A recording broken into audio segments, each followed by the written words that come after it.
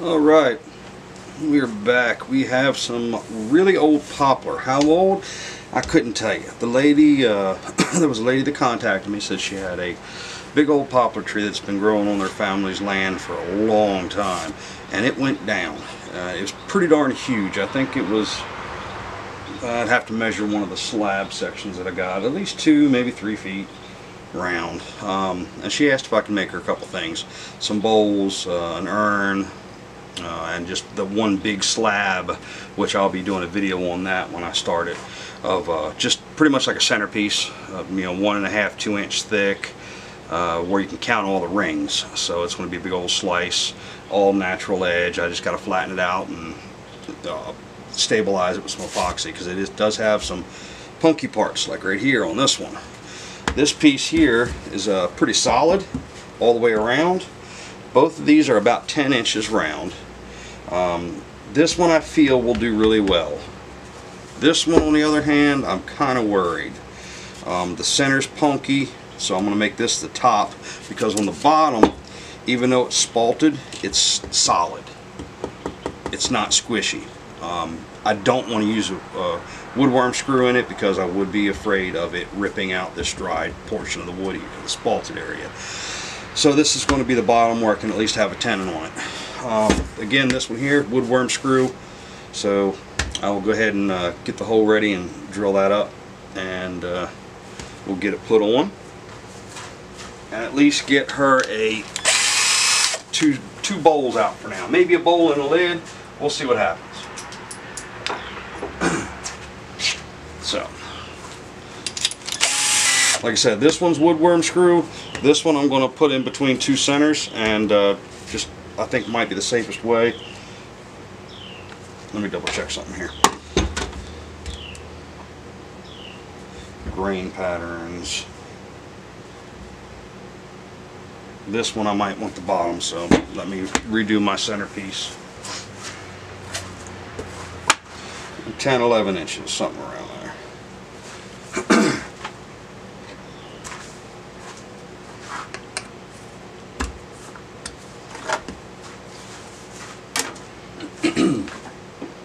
So, like I said, let's see what we can get.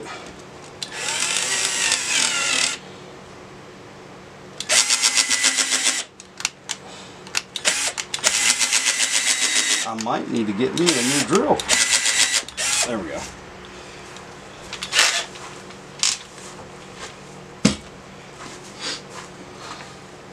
And we'll just go ahead and keep the wide chuck jaws on. I think they're 4 inch. I never really paid any mind to it.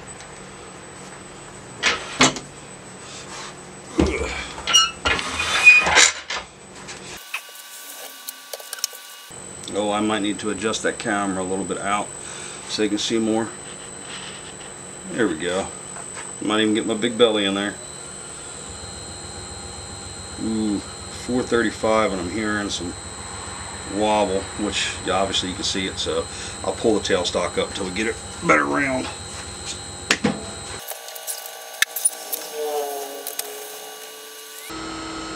$700. That looks good. Alright, I'm going to get things set up and I'll bring you back. Alright, 1/2 inch spindle gouge. We're going to round this off and get a tenon put on her.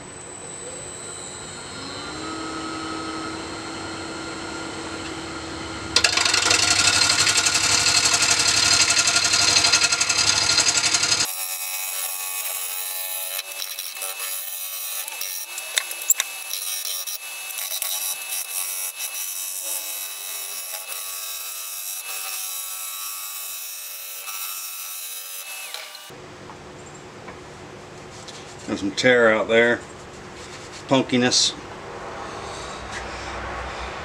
Still got some dampness from being out in the weather before I got it and covered it.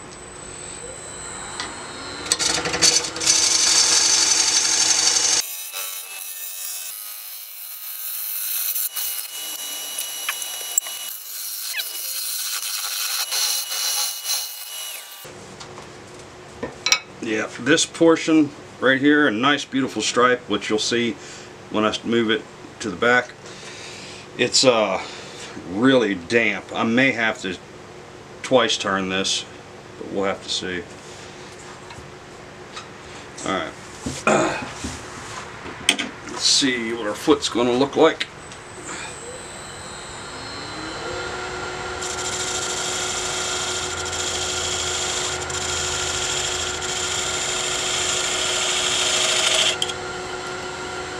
That's kind of small, so I'll have to bring the foot out more. I think right about there will be the foot. Yeah.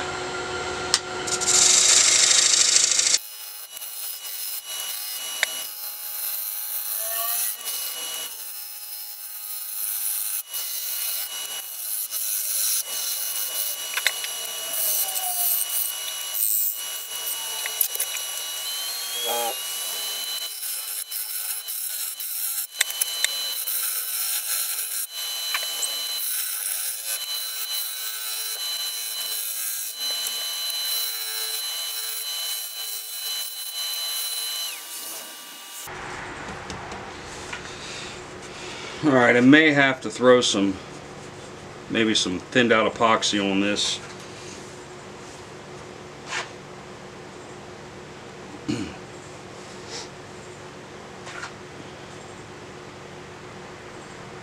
So we can prevent that. Let's try a scraper.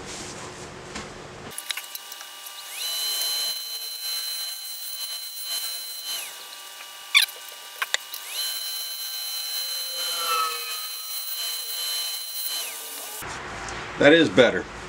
That is better. Okay, so I'll go ahead and sharpen this up. Come right back.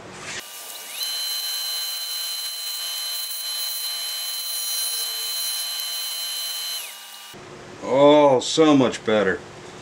Yes. All right.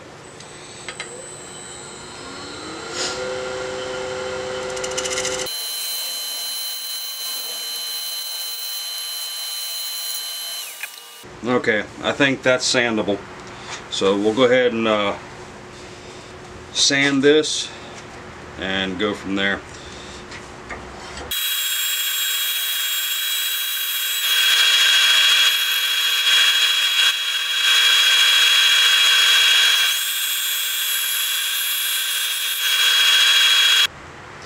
Okay, we're back and we're sanded right here, 320, and I'm going to use this homemade sanding paste because the client said they do want me to try to get one that's food safe. So that's what we are going to try to do. This should, it's all it is mineral oil, diatomaceous earth, and beeswax. So this should seal it a little bit as well. But I will make sure that I hit it with another coat of beeswax afterwards. But let's see how she turns out. This one's kind of runny, so it's got more mineral oil in it than everything else right now, but it'll still give a good shine. And even after that, like I said, we'll hit it with some more beeswax, and you know, if I need more mineral oil, you know, we'll have to see what it looks like after we get it spun up and worked in.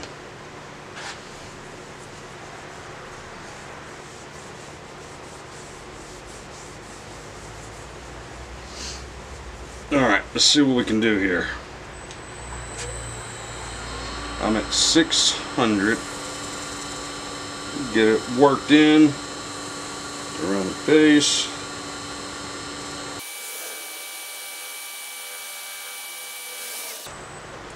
Alright, it's worked in now. It's got some shine to it. It's got some nice color. Let's go to a little bit of a cleaner one. Cleaner portion of my rag.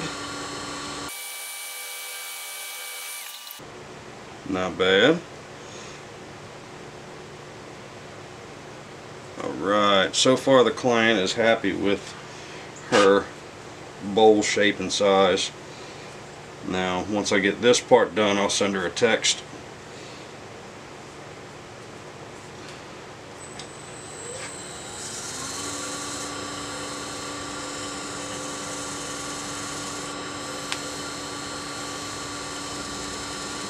I can see a reflection in the wood while this thing's spinning. So we do have some good shine.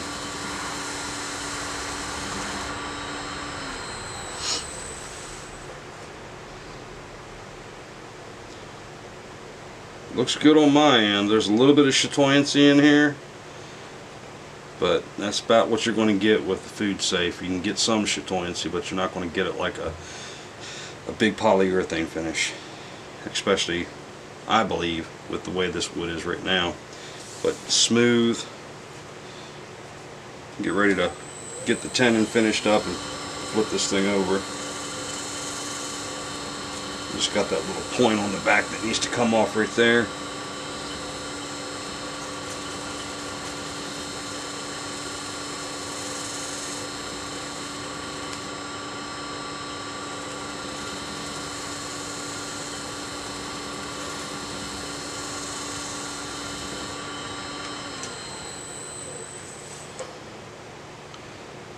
Oh yeah, look at that. Right there. Alright, get this little tip off, flip it around, and bring it back. Okay, we're back. We've got it flipped over. We're going to flatten off the face real quick, and then we'll get a depth hole drilled.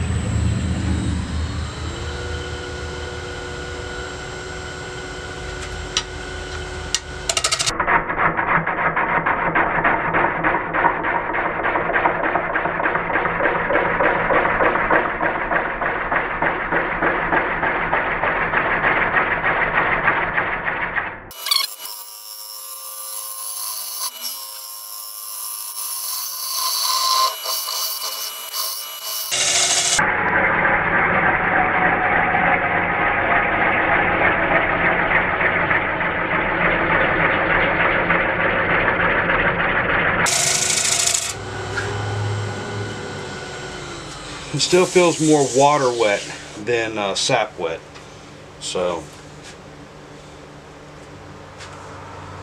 it's looking pretty good. Let me move some light a little further up. Ow! I hit my tailstock. There we go. Okay, depth hole. We're going to go right there to start with. This should get us where we need to go.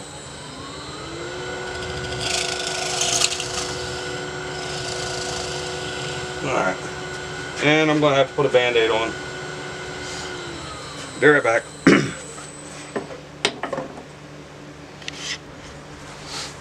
Okay, we got our band-aid on, and I removed that drive center from the back, or live center from the tailstock. So let's kick it.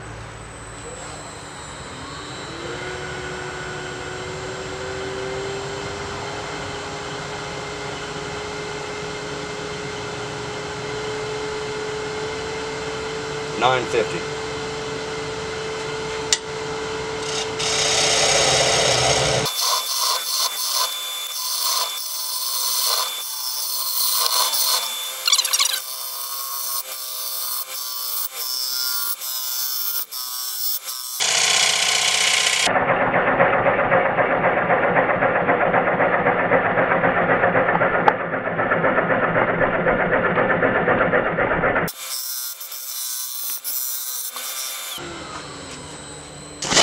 We've got stuff ever. Look at these shavings, they're so nice.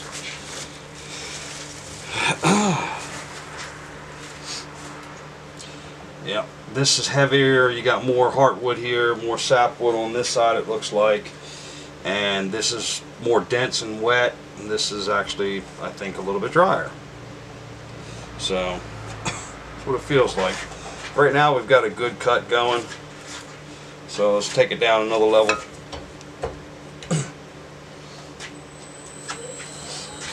See if we can get some more speed. No, I can feel it wobbling. We'll stick with 970.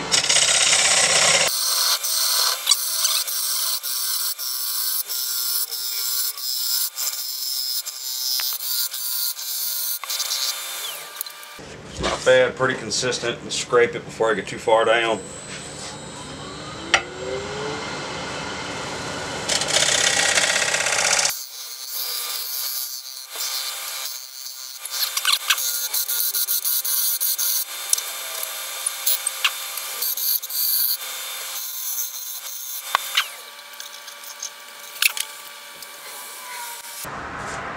Alright, well we're going to have to drop the bowl gouge in there now. The spindle gouge does wonderful work here, and then so does the scraper, but I need a less of an angle in here. And yes, I said spindle gouge. Granted, they're supposed to be made for spindle, which is end grain. You can get in a lot tighter spaces and a longer, bigger cut that I feel, and I've seen a lot of other people use with the oh, too high. Okay, come on.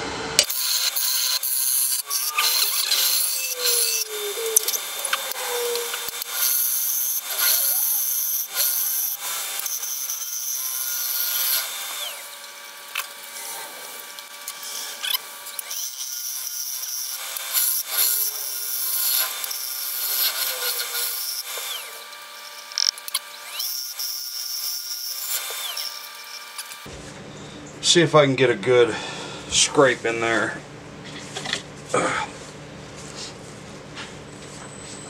Same speed or not.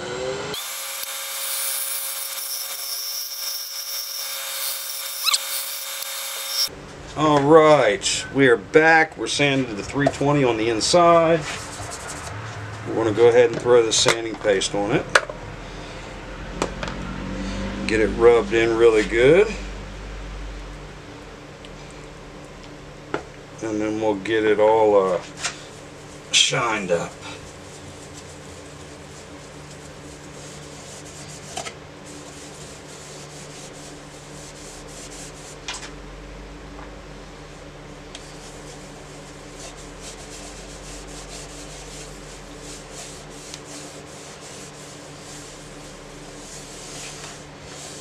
All right, spin it up. Rub it in.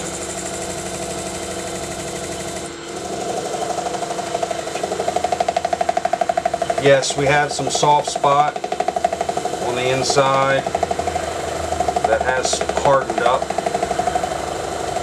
once we sanded it down, so it's kind of left a little dent in it.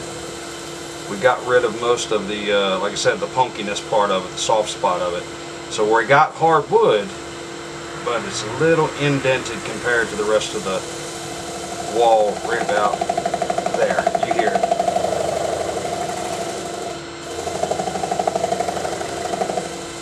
Rubbing this in good.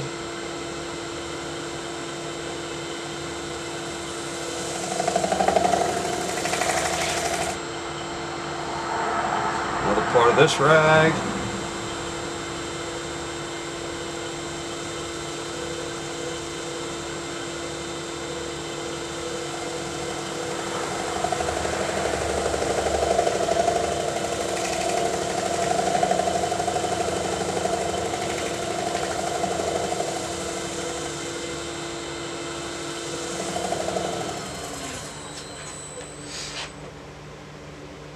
Not too awful bad, and that still needs to be wiped down with a clean portion of a newer cloth that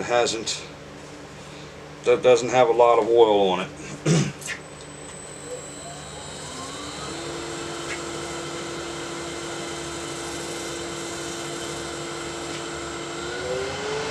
$900.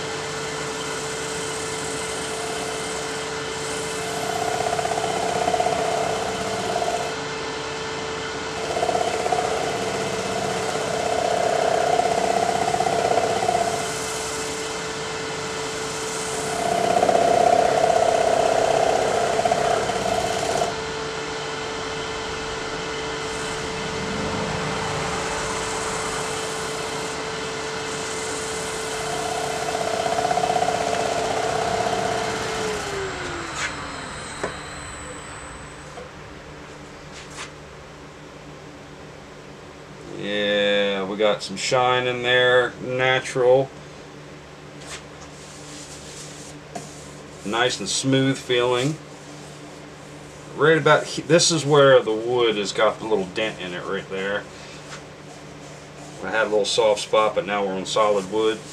So, all right, let's hit it with some just straight mineral oil and see what we can see.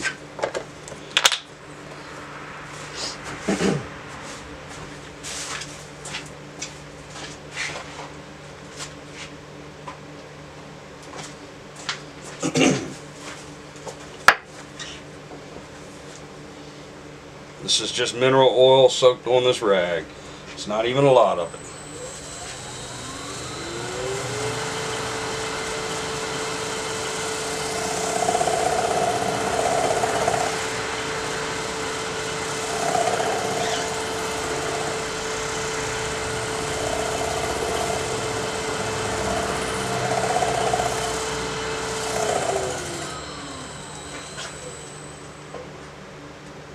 Oh yeah. I think she's going to like it. Alright, so all that's left to do now is get the tenon taken off of it and sand and sign the bottom. So I'll probably skip the tenon part with you all to see it. I've been showing it a lot and we really don't see a lot of it. You really don't see the full thing anyway because the tailstock's in the way. So alright, well, either way, we shall bring you back for the pretty pictures.